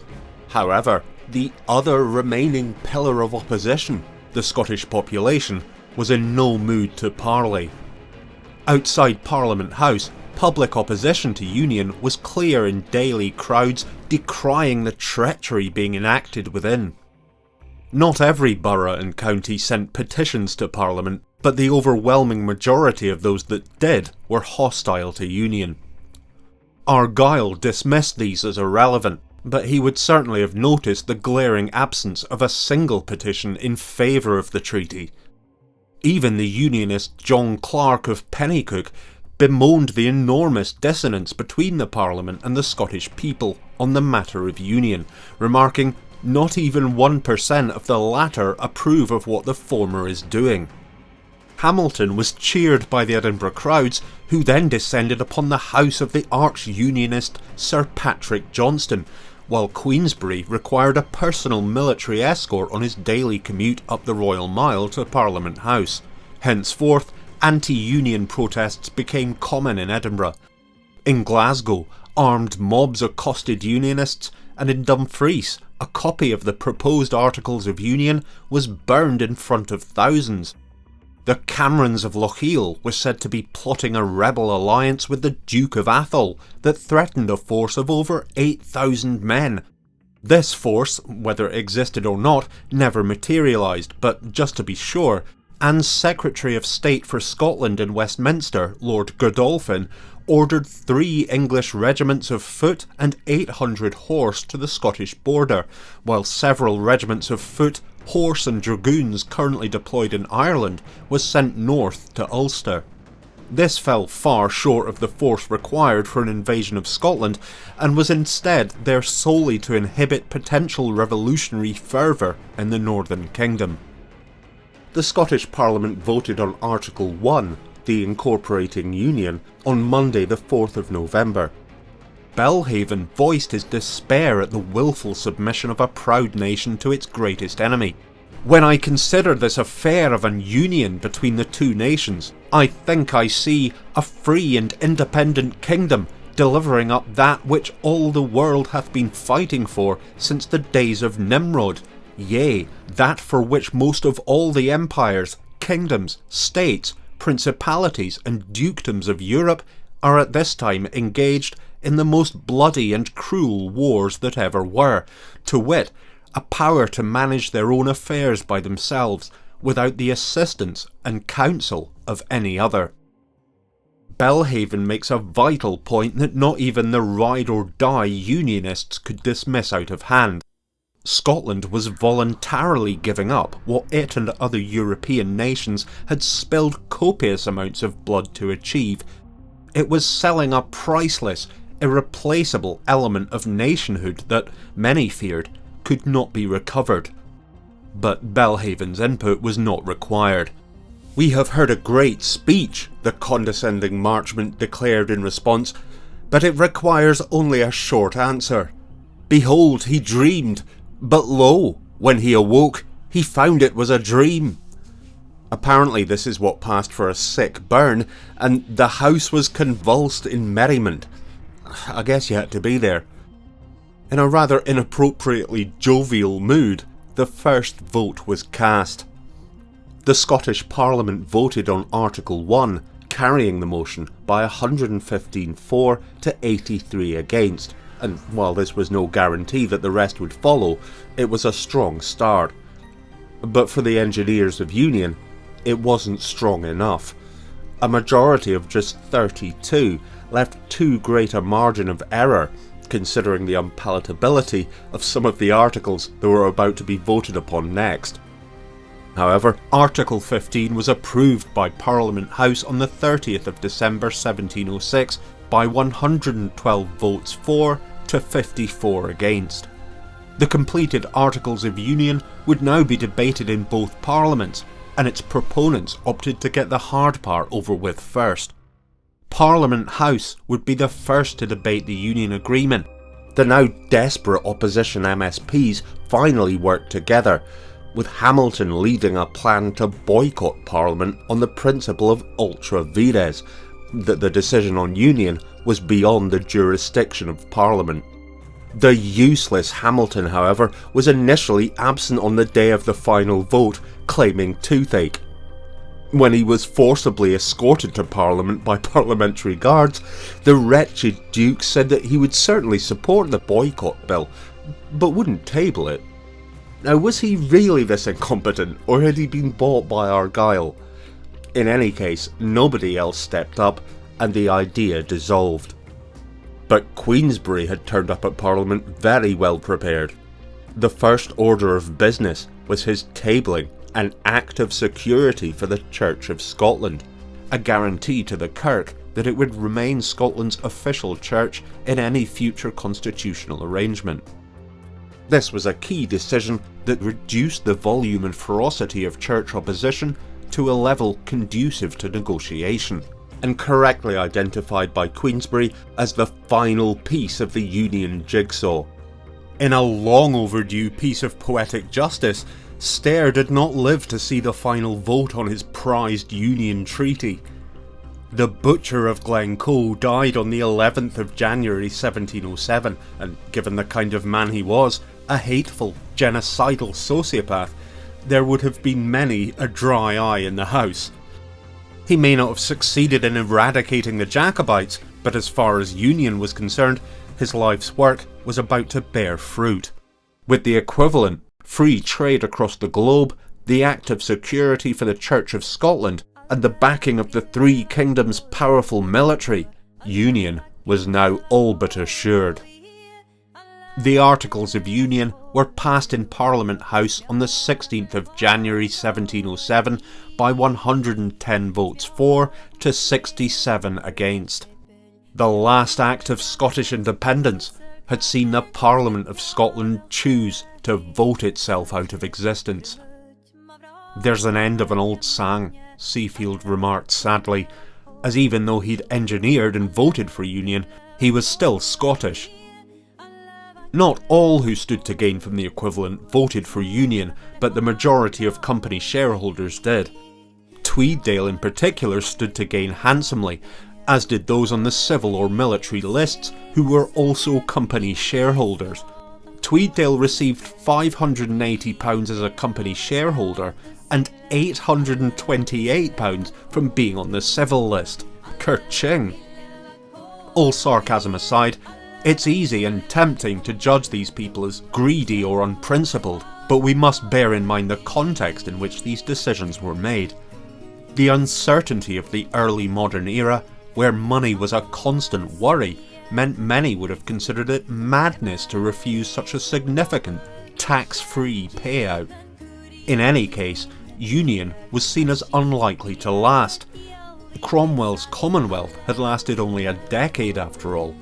Few expected it to endure in such tempestuous political times where the future of the two countries remained far from certain.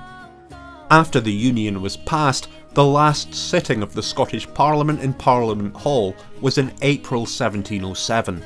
The Westminster Parliament duly passed the Treaty of Union without incident, and on the 1st of May, Scotland and England were declared in law as the United Kingdom of Great Britain. There would be no honeymoon. It wasn't long before the reality of what they had wrought began to dawn on the likes of Seafield and Marr. Marr in Whitehall began to receive increasingly irate letters from his countrymen north of the border. "The equivalent is so much despaired of here," noted the sender, "that among the vulgar, the greatest part believe it has gone to Spain, and some believe that the bridge of Berwick is fallen with the weight of it, and all is lost." Indeed, the much heralded equivalent was nowhere to be seen. Godolphin had made no arrangements, and as a result of a classic Whitehall cock-up, it had somehow been forgotten about. Resentment turned to rejection of Anne, and public imagination ran riot. It was said that Anne had had the Scottish crown and sceptre melted down and made into her personal sex toys, which is certainly inventive if nothing else. But the equivalent did arrive. Eventually. It was not until August that a heavily armed escort bore the £300,000 bounty into Edinburgh, but in truth the Berwick Bridge had never been at risk. In a final insult, only a quarter of the sum of the equivalent was paid in hard currency. The vast majority had been supplied in newfangled government bills, paper money that its Scottish recipients regarded as little more than an IOU. "I promise to pay the bearer on demand" was the final straw that pushed many previously sceptical people to the Jacobite cause anew. On the 23rd of October, the inaugural Parliament of Great Britain assembled in Westminster. Alongside its meagre complement of just 45 MPs in a House of Commons numbering 568 members, Scotland was represented in the upper chamber, the House of Lords, by only 16 peers in a chamber of 206. According to John Clark of Pennycook, the new arrivals were treated with contempt, had their votes ignored, and were forced to lodge at rents they couldn't afford. To find themselves obscure and unhonoured in the crowd of English society and the unfamiliar intrigues of English politics, where they were despised for their poverty, ridiculed for their speech, sneered at for their manners, and ignored despite their votes by the ministers and government, must have had many of them questioning the wisdom of their recent decisions. But the engineers of Union were laughing all the way to the bank. Queensberry was made Duke of Dover and thus got a seat in the House of Lords, plus a tidy £3,000 a year pension from the revenues of the post office. Argyll was later granted a peerage of Duke of Greenwich. Perhaps rather tellingly from our perspective, Hamilton was also a significant beneficiary of Union beyond his already stated personal interests. Anne made him a Knight of the Garter and British Ambassador to Paris. For what exactly, one might ask, was he being so well rewarded? Amusingly, Hamilton was shot in a duel before he could leave for Paris. He probably claimed illness, and as they say, you can't take it with you. Even the most determined Unionists in Scotland were slowly beginning to realise to their horror that all their hard work was being repaid with what seemed to be contempt and indifference. Despite their tireless efforts to avoid it, it seemed Scotland would indeed be little more than a thrall of England.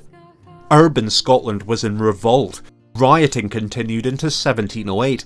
The Scots population, particularly the poor, apoplectic at this brazen betrayal that condemned a nation already in existential crisis to a future of humiliation and subservience. There would never be a better opportunity for a full-scale Jacobite revolution.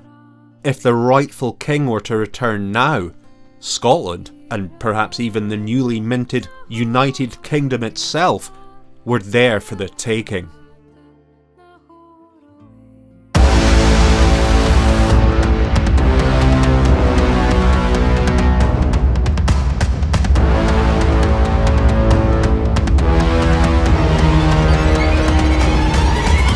It was a cold February morning in the small channel port of Dunkirk.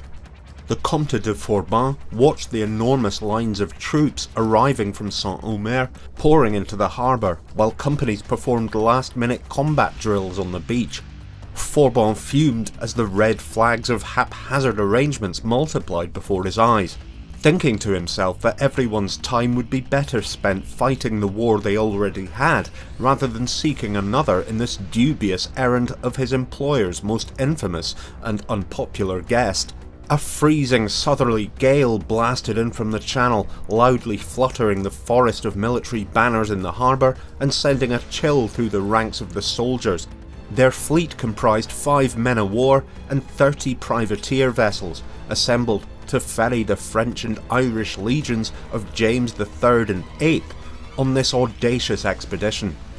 Their mission was no less than to deliver James Jr. first to Edinburgh and then to the throne of the new United Kingdom, and circumstances in Scotland had seldom been more favourable for its success. Protestant England's worst nightmare was about to come true. The Franco-Jacobite invasion of Britain was at hand.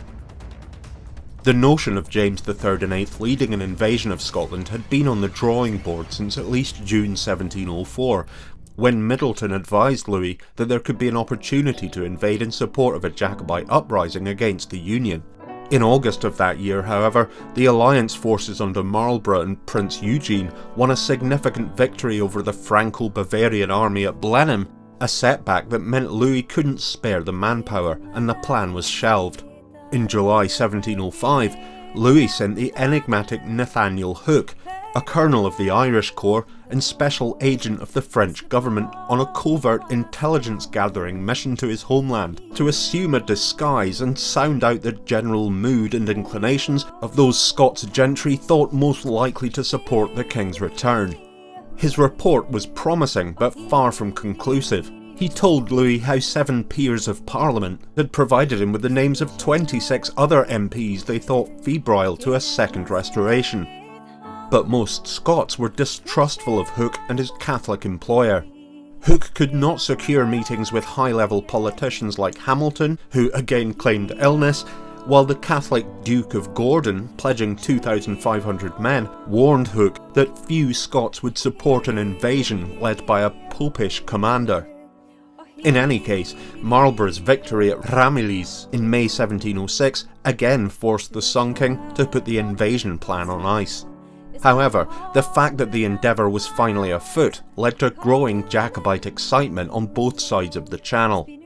The duplicitous John Kerr of Kersland wrote a hyperbolic memorandum, ostensibly on behalf of his fellow Scottish Presbyterians. They are resolved never to agree to the Union because it hurts their consciences, and because they are persuaded that it will bring an infinite number of casualties upon this nation and will render the Scots slaves to the English.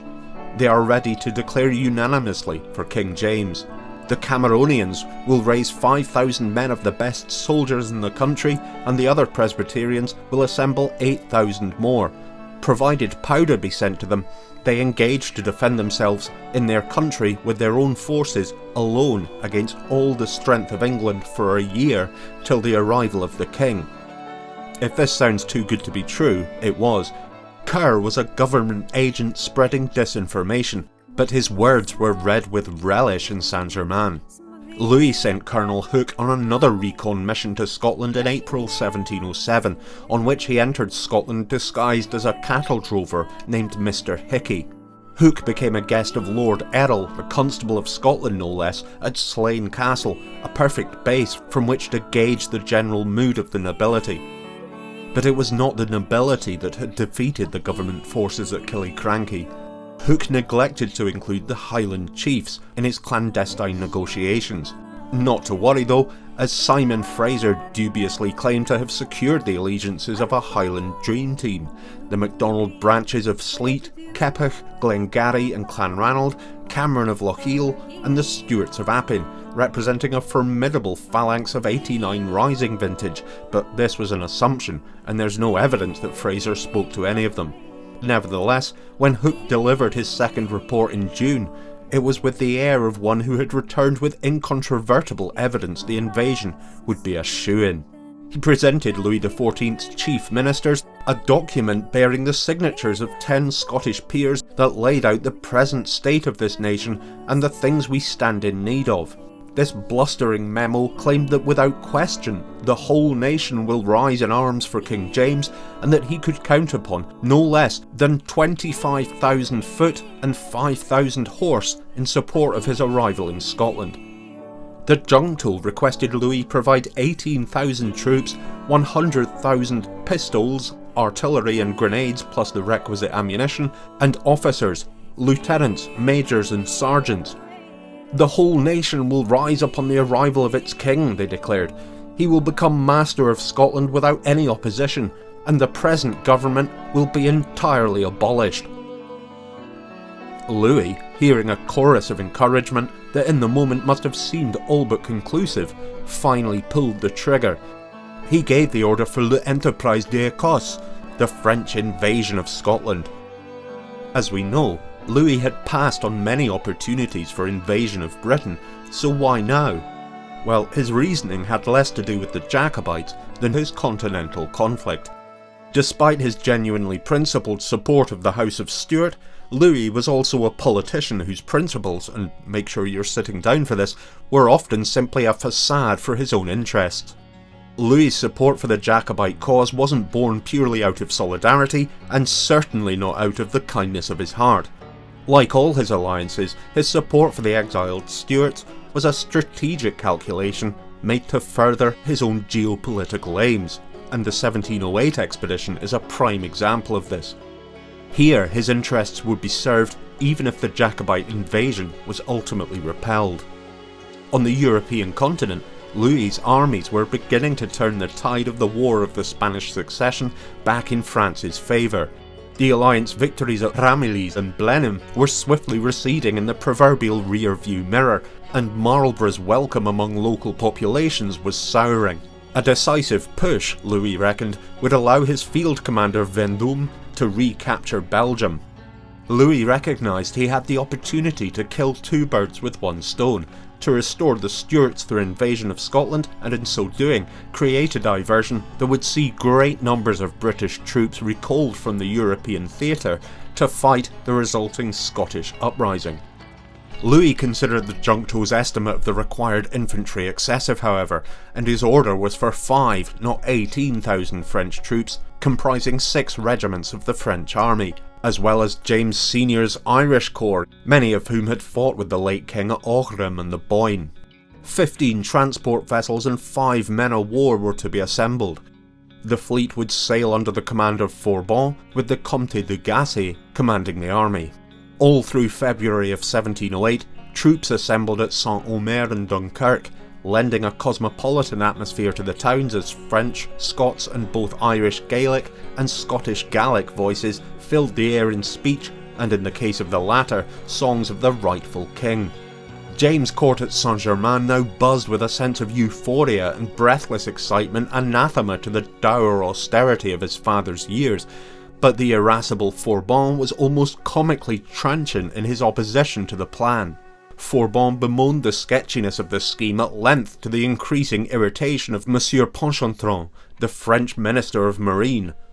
The nebulous promises of a handful of Scottish lords, Fourbon railed at him, were no grounds for such a risky and committing enterprise.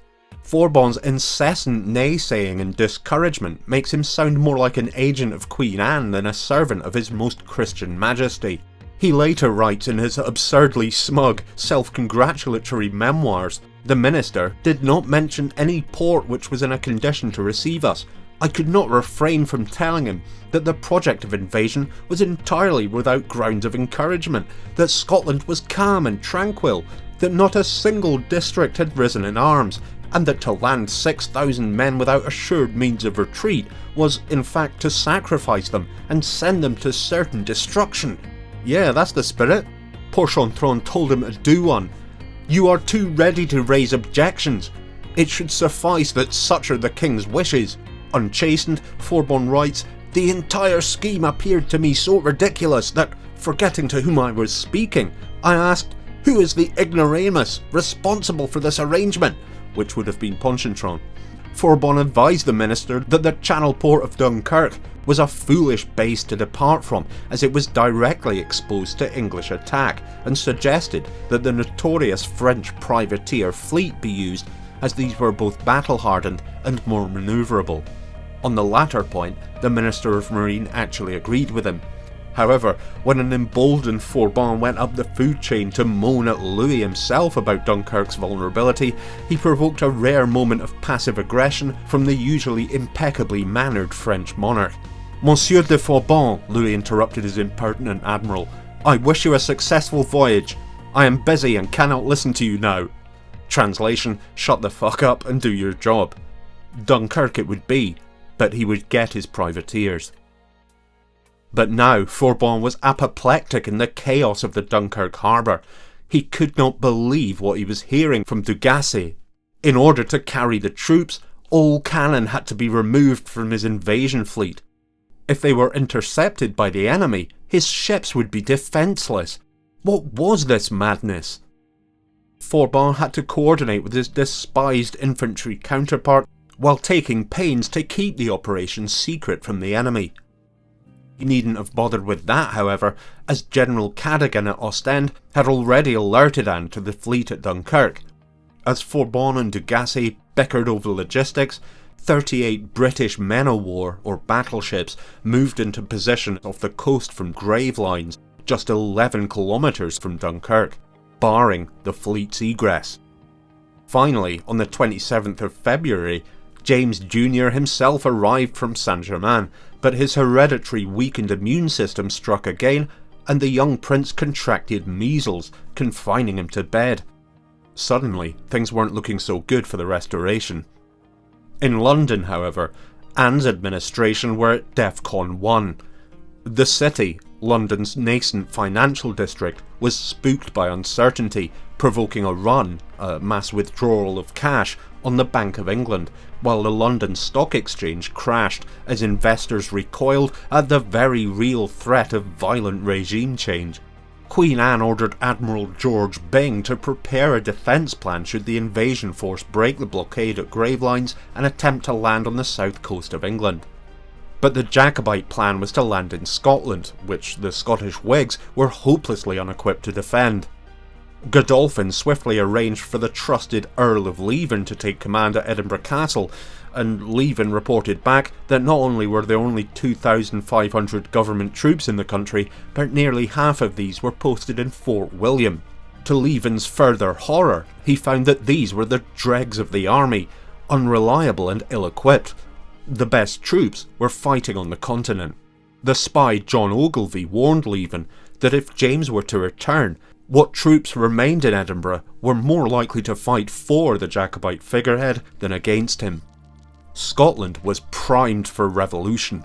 When James and his army arrived, there was very little the government could do to stop him. That Anne now sent word to Marlborough, deep in attritional conflict in Flanders, requesting he return with as many men as possible, shows just how serious a threat the 1708 invasion posed to Anne and the Act of Settlement. It must be confessed, even the bullish Defoe later remarked, never was a nation in such a condition to be invaded. In Scotland's capital, the mood was euphoric.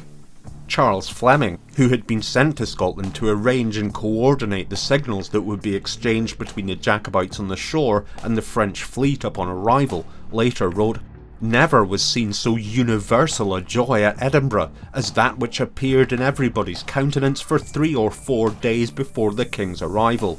The loyal subjects thronged together, and those of the government durst not appear in public. They had no confidence in the regular troops, knowing that the best part, both of the officers and soldiers, were well affected to the king.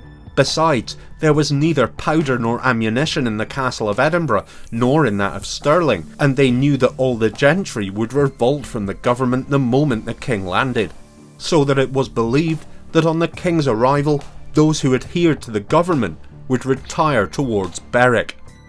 But in Dunkirk, there was a sense momentum was being lost. 2 more weeks passed as the rightful king convalesced. With the chances of the mission's success seemingly reducing by the hour, Louis issued a decree cancelling the expedition, but at the last minute, with James' condition having improved, his mother Mary of Modena implored the Sun King to allow her son to reclaim his thrones.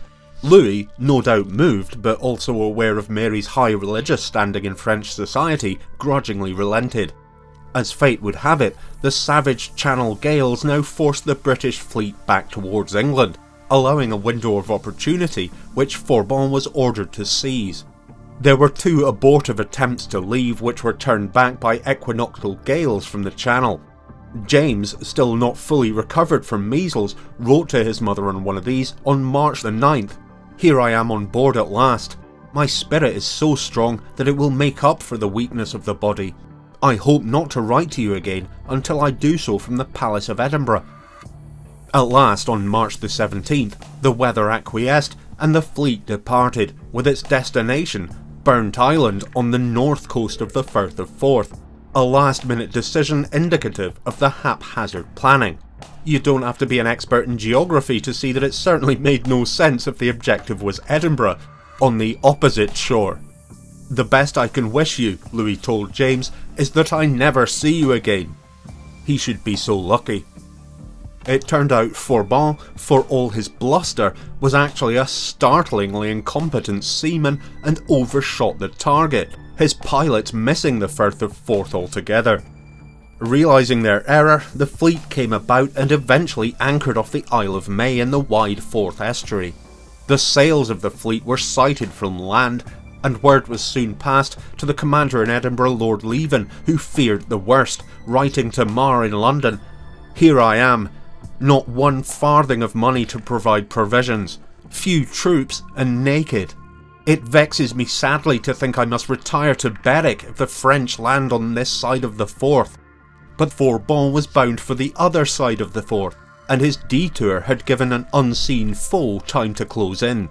Now was the critical moment in which the future of Scotland could be decided. The plan depended on swift, decisive action, but Forbon was cautious and deeply unenthusiastic. "In vain we made signals, lit fires and fired our cannon. Nobody appeared." He tentatively anchored the fleet near to Pittenweem on the north coast of the Forth and landed briefly, but was met only by a handful of Jacobite sympathisers. It seemed Fleming and the welcoming committee were much further to the west. That night, a 5-cannon volley was heard from the south, and Forbon took the opportunity to abort, ordering a retreat to the North Sea. James, still weakened by his bout with measles, could do little but defer to his insufferable admiral. There was just one snag, however. The cannon had come from the British fleet of George Byng, which had followed the expedition up the east coast. Forbon's shoddy seamanship had allowed Byng to catch up with them, and now 6 men-of-war lay in wait at the mouth of the Forth, trapping the Jacobite fleet. L'Enterprise d'Ecosse seemed to be descending into fiasco. Forbon writes, "At daybreak we discovered the English fleet anchored at 4 leagues distance from us. The sight of them caused me considerable uneasiness. James insisted he should be allowed to take a small band of men ashore in a rowboat, but Forbon and Dugasset demurred due to the risk of his capture.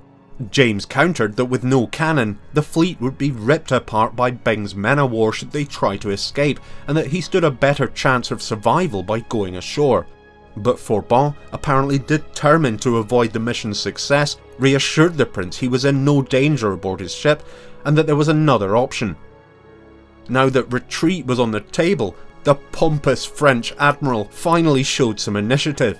He ordered the fleet to sail straight at Byng's forces, making it look as if they were moving in to attack.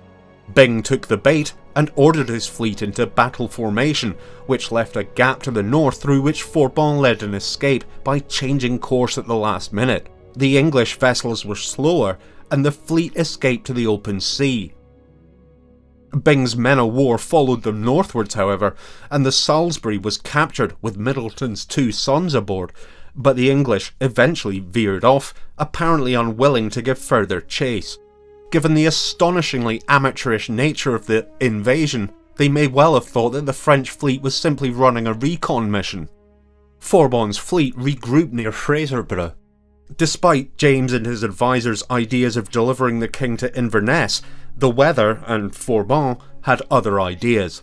"Knowing the situation in Scotland," he later opines, "I realised there was no hope of success."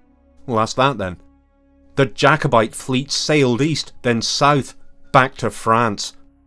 By the end of March, the expedition arrived back in Dunkirk to silent ignominy and a litany of recriminations. Forbon was never given another command. A handful of Jacobites were arrested at the Brig of Turk near Stirling, having gathered in vain on the south shore further up the Forth to greet James and begin the rising, but no charges were brought beyond their singing a toast to James. "There is no doubt," admitted Defoe, "but had the French landed their forces and got their stores of arms and ammunition on shore, as they might easily have done had they not overshot their port, they would with very little opposition been masters of the whole country." But the foolish Forbon had blinked when it mattered most, and l'Enterprise d'Ecosse was over. Of course, the problem had been not just Forbon, but the absence of a dynamic, inspirational leader like Dundee among the Jacobites in Scotland. There had been no army waiting to support James because, as in the late Scottish Parliament, everyone had talked a good game, but no one had risen to the challenge of actually organising a meaningful opposition. The Jacobite loss of their best military commander at Killiecrankie 19 years prior had left a void that remained unfilled, hence the request for officers to inspire and discipline the Scots troops. The moral of the story? Don't get mad, get organised. James sent a consolatory message to his supporters in Scotland, vowing to return with men and funds to finish the job, but the opportunity had passed. Marlborough's forces were now in England, and it seems unlikely that the Jacobites would have been able to defeat them to take London. Nevertheless, Mary of Modena observed, it would be better to be King of Scotland alone than to remain without a kingdom. In the meantime, her son turned his efforts to serving with Louis's army in the Continental Theatre. He served as a volunteer under the Duke of Burgundy at the defeat at Oudenarde, which marked the turning of the War of the Spanish Succession back in the Alliance's favour. But all parties were increasingly tired of war and the exponential expenditure this new global-scale conflict demanded. The great powers' attempts at peacekeeping through treaties of succession had failed, and now the power of the monarchy was waning in the face of parliamentary democracy. With France and Spain in decline, the Habsburgs a shadow of their former influence, and Germany continuing on the road to democracy, a power vacuum was forming in Europe that would allow the ascendance of a new imperial colossus. In this nascent century of profiteering and unprecedented global trade, the primary weapons of geopolitical dominion would be economic. The Jacobites were now the last hope for the restoration of not only the rightful king, but Scotland's political freedom. Could the spirit of Bonnie Dundee and Killiecrankie survive into this new imperial era? Or had the Stuarts' best chance been their last?